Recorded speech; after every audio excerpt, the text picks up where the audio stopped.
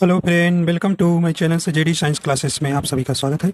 जैसा कि हम UP triple SC video exam के लिए जीके जीएस के प्रैक्टिस सेट सॉल्व कर रहे हैं, तो आज हम एक नए प्रैक्टिस सेट के साथ उपस्थित हुए हैं। आशा करता हूं आप सभी अच्छे होंगे। अगर आप हमारे चैनल पर नए हैं तो चैनल को सब्सक्राइब कर लीजिएगा ताकि आपको नोटिफिकेशन मिलता रहेगा। तो आइए देखते हैं, फर्स्ट क्वेश्चन हमने लिया है यहाँ से आपका। फर्स्ट क्वेश्चन कह रहे हैं कि नागा अर्जुन कौन थे। तो यहाँ पे आपको बताना है कि नागा अर्जुन कौन थे। कह रहे हैं कि एक ए नंबर के एक जैन भिक्षु थे, बी नंबर करें कि एक बौद्ध दार्शनिक थे, सी नंबर करें एक यूनानी शासक, या डी नंबर करें एक वैदिक ऋषि थे। तो बताइए भाई कौन थे ये नागार्जुन।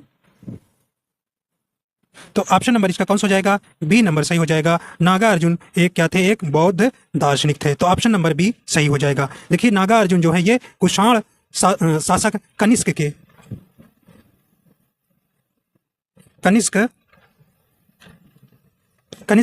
समकालीन थे। मतलब कनिष्क के समय ये नागार्जुन एक बौद्ध दार्शनिक थे। तो ऐसा भी पूछा जा सकता है कि जो है नागार्जुन किस शासक के समय के ये थे। तो कुषाण शासक कनिष्क के समय ये एक बौद्ध दार्शनिक थे। ठीक, देखिए जो नागार्जुन जो है प्रज्ञा पारसिता सूत्र की रचना की थी। ठीक, जिसमें इन्होंने शून्यवाद का प्रतिपादन किया गया था। ठीक है, तो ये भी आप याद रखिएगा। चलिए आगे चलते हैं। नेक्स्ट क्वेश्चन है, कहें कि जैन धर्म में त्रिरत्न दिए जाते हैं और उन्हें निर्माण का मार्ग कहा जाता है। वे क्या हैं इसमें आपको बताना है। ए नंबर करें कि सही भाषण, सही ज्ञान और सही आचरण। बी नंबर करें कि सही विश्वास, सही ज्ञान और सही व्यवहार। सी नंबर करें सही विश्वास, सही पथ और सही आचरण। और डी नंबर करें कि सही विश्वास, सही ज्ञान और सही आचरण। तो कौन सा हो जाएगा भाई? तो ऑप्शन नंबर यहाँ पे डी नंबर सही हो जाएगा। सही विश्वास, सही ज्ञान और सही आचरण। ठीक है, तो इनके जैन धर्म के त्रिरत्न थे। देखिए विश्वास मतलब सम्यक दर्शन, विश्वास सम्यक दर्शन थे, और सही ज्ञान मतलब सम्यक ज्ञान, और सही आचरण मतलब सम्यक आचरण। ये जैन धर्म के 3 रत्न थे। ठीक, तो इस प्रकार आपका ऑप्शन नंबर डी नंबर सही हो जाएगा। आइए देखते हैं नेक्स्ट क्वेश्चन है। नेक्स्ट क्वेश्चन है, कहें कि किस वर्ष बाबर ने सुल्तान इब्राहिम लोदी को पानीपत की लड़ाई में पराजित किया था। तो बताइए भाई कौन सा है हो जाएगा ऑप्शन इसमें सही। तो कहें कि 1527 ईस्वी में, बी नंबर 1526 में, सी नंबर 1525 ईस्वी में, या डी नंबर 1524 ईस्वी में। तो कौन सा हो जाएगा भी? तो ऑप्शन नंबर यहाँ पे बी नंबर सही हो जाएगा। 1526 ईस्वी में जो है बाबर ने इब्राहिम लोदी को पानीपत के युद्ध में परास्त कर दिए थे, और इसी पे परास्त करने के बाद यहाँ पर मुगल सल्तनत की स्थापना भी किए थे। तो ऐसा भी पूछा जाता है मुगल सल्तनत के संस्थापक कौन थे। तो आप ये बताएंगे बाबर थे। ठीक है, बाबर थे। ये इब्राहिम जो था ये लोदी वंश का अंतिम शासक था, जो 1526 में पानीपत के युद्ध में माना गया। देखिए लोदी की, यहाँ इब्राहिम लोदी की जो सैनिक थी ये काफ़ी थी, लेकिन जो बाबर ने यहाँ उनके जो तोप पहली बार जो है बाबर ने तोप यूज किया था, तो इस प्रकार यहाँ पर उसके तोप जो है उसके काफ़ी कारगर साबित हुए और इब्राहिम लोदी को यहाँ पर परास्त कर दिए थे। ठीक है, तो इस प्रकार आपका यहाँ पे बी नंबर सही हो जाएगा 1526 ईस्वी में। ठीक है, ये देखते हैं अगला क्वेश्चन है। नेक्स्ट क्वेश्चन है, कहने कि विजयनगर राज्य की किस नदी के किनारे स्थित था। कहने कि विजयनगर राज्य किस नदी के किनारे स्थित था। बताइए। कहने कि गंगा, कावेरी, तुंगभद्रा या कृष्णा। तो विजयनगर राज्य किस नदी के किनारे स्थित था भी? तो ऑप्शन नंबर यहाँ पे सी नंबर चला जाएगा। ऑप्शन नंबर सी चला जाएगा। तुंगभद्रा नदी के किनारे जो है विजयनगर राज्य था। ठीक, तो ऑप्शन नंबर यहाँ सी चला जाएगा।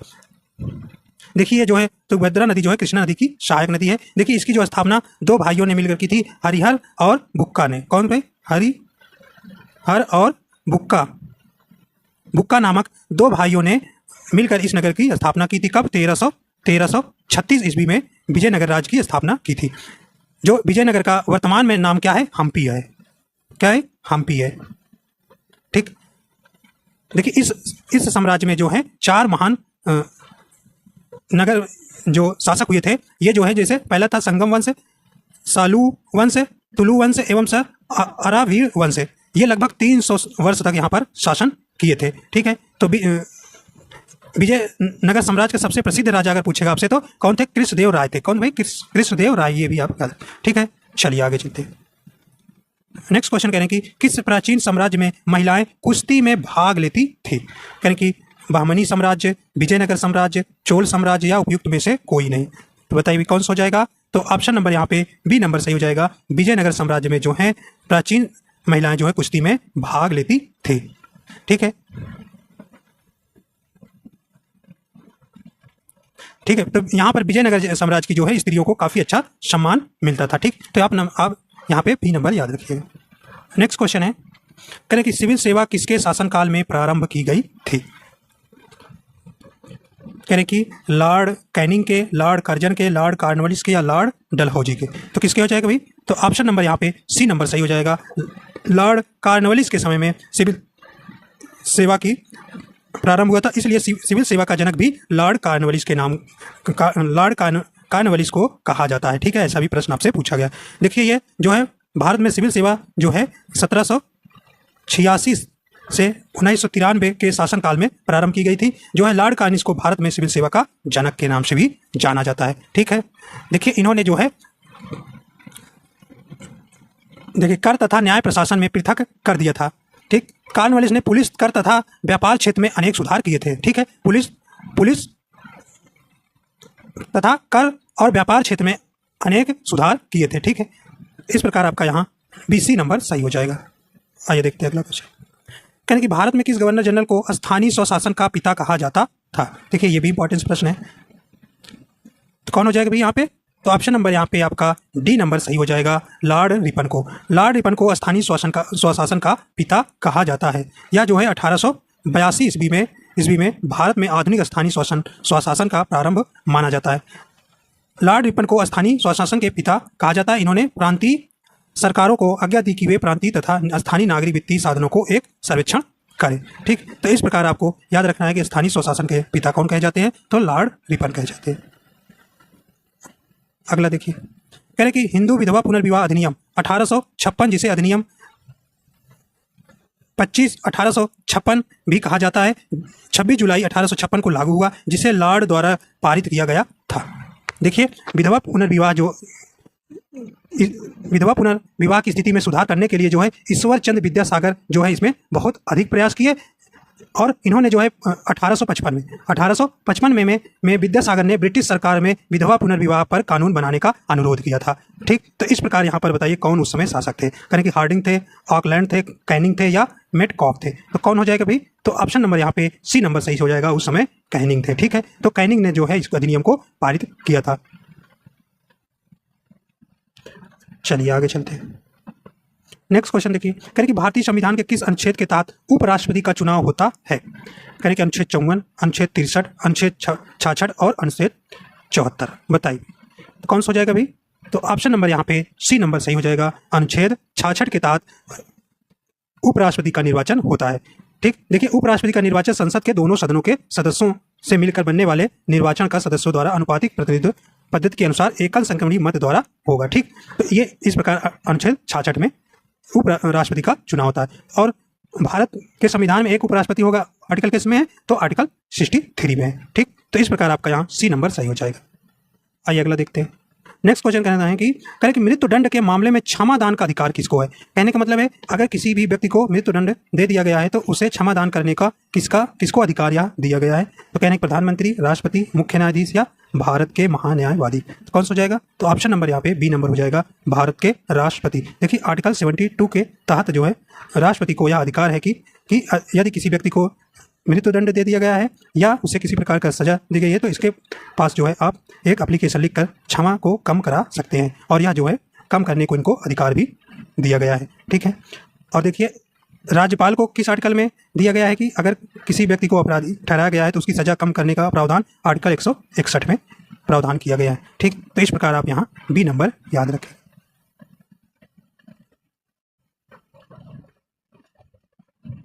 नेक्स्ट क्वेश्चन कहने कि लोकसभा में सदस्यों द्वारा निजी विधेयक पेश करने की सूचना अवधि क्या है? कहने कि 1 माह, 3 माह, 5 माह या 6 माह। कौन सा हो जाएगा? ऑप्शन नंबर यहाँ पे ए नंबर सही हो जाएगा। 1 माह जो है लोकसभा में सदस्यों द्वारा निजी विधेयक पेश करने की सूचना अवधि है। ठीक, तो ऑप्शन नंबर यहाँ पे बी हो जाएगा। ठीक है, देखिए लोकसभा जो है लोकसभा में अधिकतम सीट कितनी हो सकती है? तो 552। ये कई बार प्रश्न आपसे पूछा गया। ठीक, और इसके सदस्य बनने के लिए आपको 25 साल उम्र होनी चाहिए। चलिए आगे चलते हैं। कह रहे हैं कि लोकसभा में मतदान करते समय टाई की स्थिति में स्पेस के पास वोट डालने का अधिकार होता है। कह रहे हैं कि अगर लोकसभा में मतदान में समय में टाई की स्थिति में हो तो उस किसके पास जो है वोट डालने का अधिकार होता है। कह रहे हैं कि प्रधानमंत्री के, स्पीकर के, राष्ट्रपति के या उपराष्ट्रपति के। तो कौन सा हो जाएगा? तो ऑप्शन नंबर यहाँ बी हो जाएगा, स्पीकर को यहाँ अधिकार है। ठीक है। अगर लोकसभा मतदान करते समय टाई मतलब कि मतलब बराबर हो जाए, जैसे एक दो आदमी के मत क्या हो जाए, बराबर वोट पा जाए, तो इस स्थिति में जो है स्पीकर जो है लोकसभा अध्यक्ष के पास वोट डालने का अधिकार होता है अनुच्छेद 101 के तहत। ठीक है। तो इस प्रकार आपको यहाँ याद रखना है, ऑप्शन बी सही हो जाएगा। अगला देखिए क्वेश्चन। कह रहे इनमें से कौन सा महान हिमालय या हिमाद्री में पर्वत शिखर नहीं है? कह रहे कि mount Kanchenjunga, mount Makalu, mount Nag Tibba या माउंट नंदा देवी। तो कौन सा हो जाएगा भी? तो ऑप्शन नंबर यहाँ पे सी नंबर सही हो जाएगा। माउंट नगटिब्बा जो है या जो है महान हिमालय या हिमाद्री पर्वत शिखर नहीं है। ठीक, आपका तो सी नंबर यहाँ पर सही हो जाएगा। आइए चलते आगे चलते। नेक्स्ट क्वेश्चन है, कह रहे कि निम्नलिखित में से कौन सा विकल्प लघु हिमालय में पर्वत की सबसे लंबी पर्वतमाला है? कह रहे कि धौलाधर पर्वतमाला, महाभारत पर्वतमाला, पीर पंजाल पर्वतमाला या शिवालिक पर्वतमाला। तो कौन सा हो जाएगा भाई? तो ऑप्शन नंबर यहाँ सी नंबर चला जाएगा, पीर पंजाल पर्वतमाला जो है या जो है लघु हिमालय में पर्वत की सबसे लंबी पर्वतमाला है पीर पंजाल पर्वतमाला। ठीक, तो इस प्रकार आपका यहाँ सी नंबर सही हो जाएगा। नेक्स्ट क्वेश्चन है, कह रहे कि पश्चिमी घाट है, कह रहे पर्वत है, पठार है, पठारों का ढलान है या पहाड़ियाँ। कौन सा हो जाएगा भाई? तो ऑप्शन नंबर यहाँ चला जाएगा, सी नंबर चला जाएगा, पठारों का ढलान है। तो पश्चिमी घाट क्या है? पठारों का ढलान है। देखिए पश्चिमी घाट या सादरी पर्वत श्रेणी का जो है विस्तार पश्चिमी सागर में तापी मुहाने तट में समानांतर उत्तर से दक्षिण है, जो गुजरात से लेकर तमिलनाडु तक है। ठीक, अगला है, कह रहे विश्व की सबसे बड़ी पर्वत श्रृंखला कौन सी है? देखिए विश्व की सबसे बड़ी पर्वत श्रृंखला आपसे पूछ रहा है, कह अल्पस, हिमालय, काराकोरम, एंडीज या तिब्बत। तो कौन सा हो जाएगा भाई? तो विश्व की सबसे बड़ी पर्वतमाला कौन सी है? एंडीज। तो ऑप्शन नंबर यहाँ सी नंबर चला जाएगा। यह जो है दक्षिण अमेरिका महाद्वीप के पश्चिमी तट पर उत्तर से दक्षिण लगभग 7200 किमी तक फैली है। इसकी सबसे ऊंची चोटी जो है अकांग गुहा है। कौन है इसकी सबसे चोटी? कौन सी है?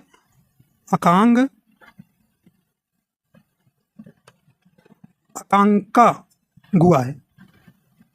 ठीक, इसकी सबसे ऊंची चोटी है। तो इस प्रकार आपको यहाँ एंडीज जो है पर्वत श्रृंखला जो है विश्व की सबसे बड़ी श्रृंखला है। आइए देखते हैं अगला क्वेश्चन। कह रहे हैं कि माउंट किलिमंजारो स्पेस में स्थित एक निष्क्रिय ज्वालामुखी है। तो कह रहे हैं कि माउंट किलिमंजारो ये कहाँ की है? ज्वालामुखी है। ठीक, कह रहे हैं कि तंजानिया की, कीनिया की, इथियोपिया की या घाना की। तो कहाँ की है? ऑप्शन नंबर इसका ए सही हो जाएगा, तंजानिया की। तो माउंट किलिमंजारो जो है एक निष्क्रिय ज्वालामुखी है या जो है तंजानिया में स्थित है। नेक्स्ट क्वेश्चन है, अगला कह रहे कि तनामी रेगिस्तान निम्नलिखित में से किस देश में स्थित है? तो तनामी रेगिस्तान आपको बताना है कहाँ ये स्थित है। कह रहे चीन में, दक्षिण अफ्रीका में, ऑस्ट्रेलिया में या भारत में। तो कहाँ हो जाएगी? तो ऑप्शन नंबर इसका सी हो जाएगा, तनामी रेगिस्तान जो है ऑस्ट्रेलिया में स्थित है। ठीक, तो इसकी जो कितना किमी वर्ग में फैला हुआ है? तो 1,84,500 वर्ग किलोमीटर में। ठीक, आइए अगला देखते हैं। अगला कहने की निम्न में से कौन सा भारत में थोक मूल्य सूचकांक के प्रमुख घटक हैं? कहने की प्राथमिक वस्तुएं, ईंधन और बिजली, सेवाएं या विनिर्मित उत्पाद। कौन सा हो जाएगी? तो ऑप्शन नंबर देखिए यहाँ कोड दिया है, तो ऑप्शन नंबर यहाँ ए नंबर सही हो जाएगा। फर्स्ट, सेकेंड और फोर्थ नहीं है। तो ये प्राथमिक वस्तुएं, ईंधन और बिजली और विनिर्मित उत्पाद। तो ऑप्शन नंबर यहाँ ए नंबर सही हो जाएगा। नेक्स्ट क्वेश्चन है, भारत में निम्न में से क्या अप्रत्यक्ष कर की श्रेणी में है? कहें कि आयकर, सेवा कर, संपत्ति कर, निगम कर। तो कौन सा हो जाएगा? तो ऑप्शन नंबर यहाँ पे बी नंबर सही हो जाएगा, जो है भारत में जो है निम्न में से क्या अप्रत्यक्ष कर है? तो ये आपका सेवा कर हो जाएगा। तो ऑप्शन नंबर यहाँ पे बी नंबर सही हो जाएगा। देखिए केंद्र सरकार जो प्रत्यक्ष कर के अंतर्गत क्या आता है?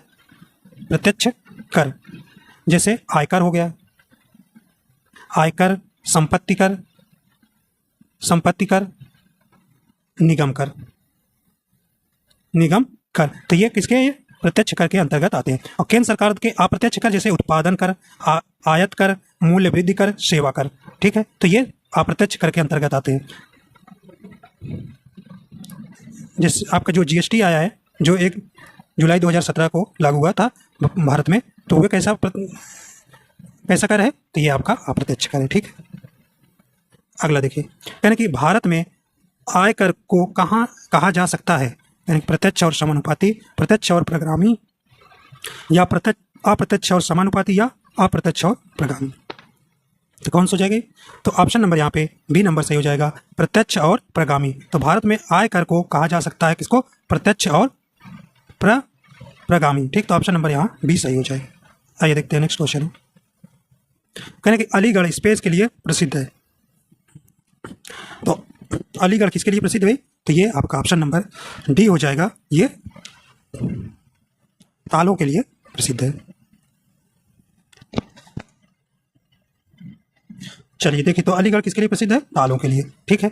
और देखिए जैसे फिरोजाबाद जो है किस लिए, ये कांच उद्योग के लिए प्रसिद्ध है, ठीक है। और देखिए मेरठ जो है खेल सामान के लिए प्रसिद्ध है। और गोरखपुर टेराकोटा के लिए प्रसिद्ध है, ठीक है। और सहारनपुर जो है कास्ट नक्काशी के लिए प्रसिद्ध है। क्या है, कास्ट नक्काशी के लिए जो है आपका सहारनपुर प्रसिद्ध है, ठीक। नेक्स्ट क्वेश्चन है, कहें कि उत्तर प्रदेश राज्य में स्पेस शहर पीतल के बर्तन और हस्तशिल्प के लिए प्रसिद्ध है, यानी सहारनपुर, मुरादाबाद, आगरा या लखनऊ। कौन सा हो जाएगा, तो ऑप्शन नंबर यहाँ पे बी नंबर सही हो जाएगा, मुरादाबाद। तो उत्तर प्रदेश का राज्य जो मुरादाबाद जो शहर है वो पीतल के बर्तन के और हस्तशिल्प के लिए प्रसिद्ध है, ठीक।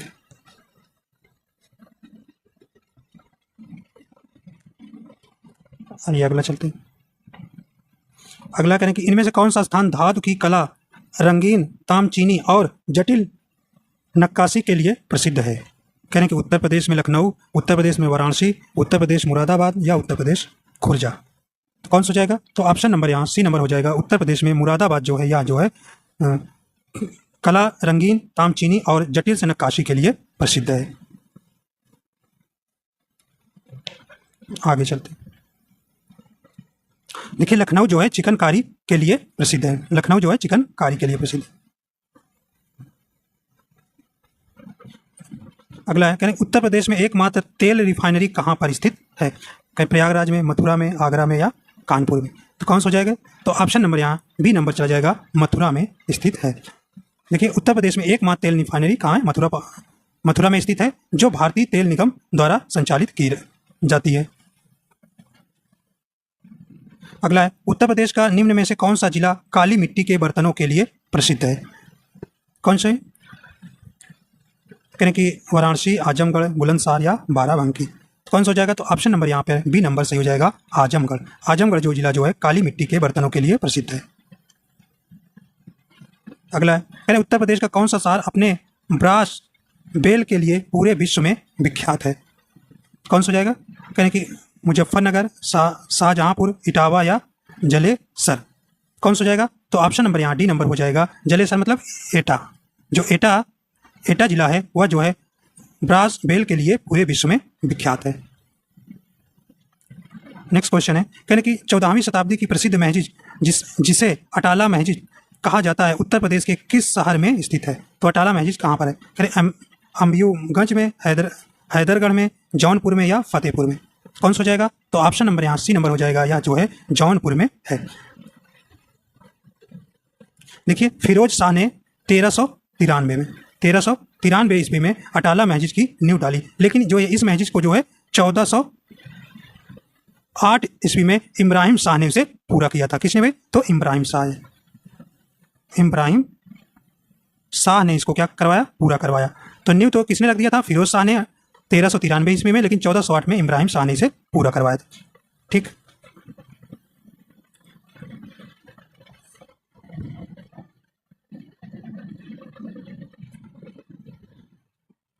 अगला क्वेश्चन है, करेक्ट माइक्रोसॉफ्ट वर्ड 2016 प्रलेख डॉक्यूमेंट्स में सामग्रियों की तालिका प्रविष्ट करने के लिए आपको स्पेस मेनू टैब पर जाना होगा, यानी कि लेआउट पर, डिजाइन पर, रेफरेंसेज पर या इंसर्ट पर। कौन सा हो जाएगा यहाँ पे?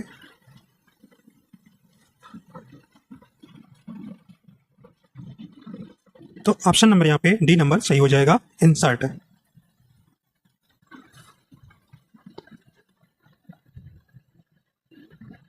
अगला है, यानी कि टीसीपी का पूर्ण स्वरूप क्या है? तो टीसीपी का फुल फॉर्म क्या है यहाँ पे? तो ऑप्शन नंबर यहाँ सी नंबर सही हो जाएगा, ट्रांसमिशन कंट्रोल प्रोटोकॉल। ठीक, देखिए टीसीपी का प्रमुख कार्य जो होता है, या पूरे डेटा को छोटे छोटे डेटा पैकेट के रूप में विभाजित कर इंटरनेट पर भेजा जाता है। ठीक, यही इसका टीसीपी का कार्य है। अगला करें कि स्टार टोपोलॉजी में कंप्यूटरों को संयोजित करने के लिए निम्नलिखित में से किस उपकरण का प्रयोग किया जाता है? करें हब का, रिपीटर का, ब्रिज का या राउटर का। तो कौन सा हो जाएगा? तो ऑप्शन नंबर यहाँ ए नंबर चला जाएगा, हब का प्रयोग किया जाता है। नेक्स्ट क्वेश्चन है, करें सीपीयू का वह भाग जिसमें सर्किटरी लगा होता है और जो संग्रहीत प्रोग्रामों को पूरा करने या निष्पादित करने के लिए पूरे कंप्यूटर सिस्टम को निर्देशित करने के लिए विद्युत संकेत का प्रयोग करता है, उसे किस नाम से जाना जाता है? तो किस नाम से जाना था? ऑप्शन नंबर ये हो जाएगा, कंट्रोल यूनिट के नाम से। अगला है, कह रहे कि मल्टीटास्किंग ऑपरेटिंग सिस्टम का अर्थ है या है कि। कौन सा हो जाएगी? तो ऑप्शन नंबर यहाँ पे सी नंबर सही हो जाएगा, बहुत से प्रोग्रामों का एक साथ संचालन किया जा सकता है। चलिए अगला क्वेश्चन है, कह रहे कि नदी का बहता हुआ जल किस प्रकार का ऊर्जा संवहन करता है? कह रहे गुरुत्वीय, स्थितिज या विद्युत या गतिज। तो नदी में बहता हुआ पानी कैसा होता है? जिसमें गति के कारण जो ऊर्जा उत्पन्न होती है उसे हम गतिज ऊर्जा कहते हैं। ठीक, तो गतिज ऊर्जा इक्वल टू क्या होता है? 1/2 mv²। ठीक, तो यहाँ पे आपका डी नंबर सही हो जाएगा। कह रहे कि प्रकाश के पथ में एक स्पेस वस्तु के आने पर छाया का निर्माण होता है। ठीक, प्रकाश के रास्ते में जो है क्या आ जाता है जिस कारण से छाया बन जाती है? कहेंगे पारदर्शी, पारभासी, प्रकाशमान, अपारदर्शी। तो कौन सा हो जाएगा? तो ऑप्शन नंबर यहाँ पर डी नंबर सही हो जाएगा, डी नंबर सही हो जाएगा। देखिए, जब प्रकाश किसी अपारदर्शी वस्तु से होकर गुजरता है तो यह प्रकाश के मार्ग में परिवर्तित कर देता है, जिससे उस अपारदर्शी वस्तु की क्या बन जाती है? छाया बन जाती है। अगला है, कह रहे एप्सम का औद्योगिक नाम क्या है? एप्सम का औद्योगिक नाम क्या है? कह रहे कि magnesium sulphate, ferrous sulphate, lead oxide या लेड परऑक्साइड। बताइए कौन सा हो जाएगा? तो ऑप्शन नंबर यहाँ पर ए नंबर सही हो जाएगा, मैग्नीशियम सल्फेट। तो मैग्नीशियम सल्फेट का फार्मूला क्या है? MgSO4। ठीक, आइए अगला चलते हैं। अगला प्रश्न है, करें कि निम्नलिखित में से कौन सा ठोस है? करें क्लोरोफॉर्म है, आइडोफॉर्म है, एथिल अल्कोहल या ईथर। तो इसमें आपको बताना है कौन सा इसमें ठोस है। तो आइडोफॉर्म एक क्या है? पीला क्रिस्टली ठोस पदार्थ है। तो इस प्रकार आपका बी नंबर यहाँ सही हो जाएगा।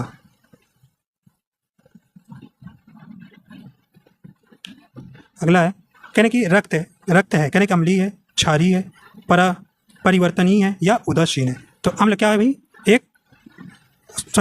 रक्त क्या है? क्षारीय है। क्या है? क्षारीय है। जो इसका देखिए पीएच मान जो है, या जो है पीएच मान 7.35 से लेकर 7.45 के मध्य होता है, जिसमें जो है पीएच की वैल्यू अगर 7 से अधिक है तो वह कैसा अम्ल कहलाएगा? वो क्षारीय अम्ल होगा। और अगर 7 से कम है तो वह कैसा कहलाएगा? अम्लीय कहलाएगा। ठीक है, अगर 7 है तो उदासीन कहलाएगा। ठीक, तो इस प्रकार आपको यहाँ बी नंबर इसका सही हो जाएगा। रक्त कैसा है? क्षारीय है। अगला है, करें अति निस्यंदन और पुनः अवशोषण प्रक्रिया किस दौरान होती है? करें कि वाहिकाओं में रक्त संचार के दौरान, रक्त के माध्यम से गैसों के परिवहन के दौरान, मल त्याग और मूत्र निर्माण के दौरान या श्वसन के दौरान गैसों के आदान प्रदान किस समय? बताइए तो कौन सा इसमें हो जाएगा? तो ऑप्शन नंबर यहाँ पे सी नंबर सही हो जाएगा, मल त्याग और मूत्र निर्माण के दौरान जो है अति निस्यंदन और पुनः अवशोषण प्रक्रिया होती है।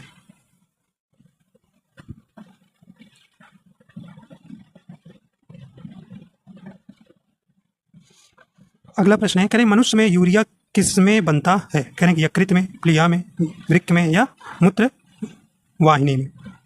किस में बनता है? तो ऑप्शन नंबर यहाँ पर ए नंबर सही हो जाएगा, मनुष्य में यूरिया का निर्माण कहाँ होता है? यकृत में होता है। नेक्स्ट क्वेश्चन देखिए, कह रहे जुलाई 2022 में पहला भारत पशु स्वास्थ्य शिखर सम्मेलन कहाँ आयोजित हुआ? कह रहे नई दिल्ली में, मथुरा में, करनाल में या रोहतांग में? तो कहाँ हुआ था? तो ऑप्शन नंबर यहाँ ए नंबर सही हो जाएगा, नई दिल्ली में। तो जुलाई 2022 में पहला पशु स्वास्थ्य शिखर सम्मेलन जो है आयोजन नई दिल्ली में हुआ है। ठीक,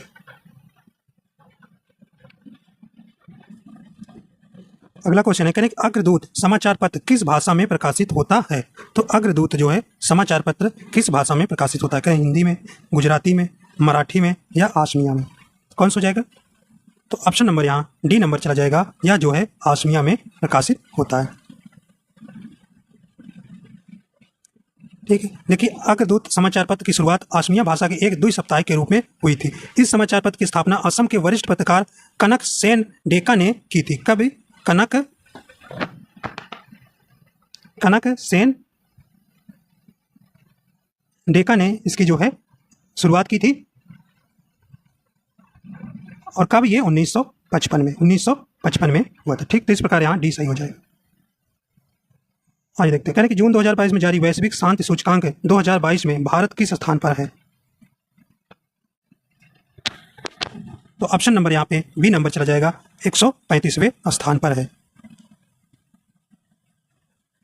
देखिए सबसे पहले स्थान पर कौन है? आइसलैंड, फिर न्यूजीलैंड और आयरलैंड है। ठीक, तो आइसलैंड जो है इसमें वैश्विक शांति सूचकांक में सबसे पहले स्थान पर है, और भारत की जो है 135वें स्थान पर है। अगला है, कहें राष्ट्रीय जनजाति अनुसंधान संस्थान कहाँ स्थित है? कहाँ है? कहें कि बेंगलुरु में, नई दिल्ली में, रायपुर में या भुवनेश्वर में? तो कहाँ है? तो ऑप्शन नंबर यहाँ बी नंबर हो जाएगा, या जो है राष्ट्रीय जनजाति अनुसंधान संस्थान नई दिल्ली में स्थित है। नेक्स्ट क्वेश्चन है, जून 2022 में किन दो शहरों के बीच भारत गौरव योजना के तहत देश की पहली ट्रेन चलाई गई है? कौन सा हो जाएगी? तो ऑप्शन नंबर यहाँ पर सी नंबर चला जाएगा, कोयम्बटूर उत्तर से साईनगर शिरडी तक यहाँ जो है भारत गौरव योजना के तहत देश की पहली ट्रेन चलाई गई। तो ऑप्शन नंबर यहाँ पे सी नंबर चली हो जाएगा। नेक्स्ट क्वेश्चन है, कह रहे कि भारत के किस शहर ने विश्व के ट्री सिटी का खिताब लगातार दूसरी बार जीता है? क्या हैदराबाद, मुंबई, चेन्नई या बेंगलुरु? तो कौन सा हो जाएगा? तो ऑप्शन नंबर यहाँ पर ए हो जाएगा, हैदराबाद जो है विश्व की ट्री सिटी का खिताब लगातार दूसरी बार जीता है। अगला है, कह रहे जम्मू कश्मीर के रत्तले जल विद्युत परियोजना का निर्माण किस नदी पर किया जा रहा है? तो रत्तले जल विद्युत परियोजना किस नदी पर जम्मू कश्मीर में किया जा रहा है? कह रहे झेलम, चिनाब, रावी, सतलुज? तो कौन सा हो जाएगा? तो ऑप्शन नंबर बी नंबर हो जाएगा, चिनाब नदी पर यह जो है योजना बनाई जा रही है। इस परियोजना में जो है 850 मेगावाट विद्युत का उत्पादन होगा। अगला है, कह रहे कि जुलाई 2022 में संपन्न टेनिस की ग्रैंड स्लैम प्रतियोगिता विंबलडन 2022 के पुरुष एकल का खिताब किसने जीता है? किसने जीता है? तो ऑप्शन नंबर यहाँ पर सी नंबर चला जाएगा, नोवाक जोकोविच। ठीक, तो ये कहाँ के खिलाड़ी है? ऑस्ट्रेलिया के खिलाड़ी। अगला क्वेश्चन है, कह रहे कि भारत द्वारा भूमि क्षरण तटस्थता प्राप्त करने का लक्ष्य रखा गया है। तो भूमि क्षरण तटस्थता प्राप्त करने का लक्ष्य कब तक रखा गया है? तो कौन सा हो जाएगा? तो ऑप्शन नंबर यहाँ पर बी नंबर हो जाएगा, 2030 तक। ठीक है, देखिए मरुस्थलीकरण से निपटने के लिए संयुक्त राष्ट्र अभिसमय का 12 दिवसीय 14वां कोप सम्मेलन नई दिल्ली में 13 सितंबर 2019 को संपन्न हुआ। सम्मेलन के सदस्य देशों ने 2030 तक भूमि क्षरण तटस्थता का लक्ष्य निर्धारित किया था। ठीक, तो बी नंबर सही हो जाएगा। नेक्स्ट है, निम्नलिखित में कौन पदार्थ सार्वत्रिक तापन उत्पन्न करने में योगदान नहीं करता है? करें सल्फर तथा नाइट्रोजन के ऑक्साइड, मीथेन, कार्बन डाइऑक्साइड या जलवाष्प? तो कौन सा हो जाएगा? तो ऑप्शन नंबर ए हो जाएगा, सल्फर तथा नाइट्रोजन के ऑक्साइड जो है या जो है पदार्थ जो है सार्वत्रिक तापन उत्पन्न करने में योगदान नहीं है। ठीक, तो इस प्रकार आपका यहाँ हो जाएगा। देखिए जब जो तापन में योगदान करने वाले हैं जैसे गैस हैं, जैसे मीथेन हो गई, carbon dioxide, ozone, nitrous oxide एवं जलवाष्प जो है प्रमुख ग्रीन हाउस गैस हैं जो सार्वत्रिक तापमान या वैश्विक ऊष्मन उत्पन्न करने में योगदान होते हैं। ठीक, तो इस प्रकार आपका ऑप्शन ए सही है। तो इस प्रकार आपके 50 क्वेश्चन कंप्लीट हो जाते हैं। तो आशा करता हूँ आपको पसंद आया। अगर आप हमारे चैनल पर नए हैं तो चैनल को सब्सक्राइब कर लीजिएगा और शेयर एंड लाइक कर लीजिएगा। वीडियो देखने के लिए आपका बहुत बहुत धन्यवाद।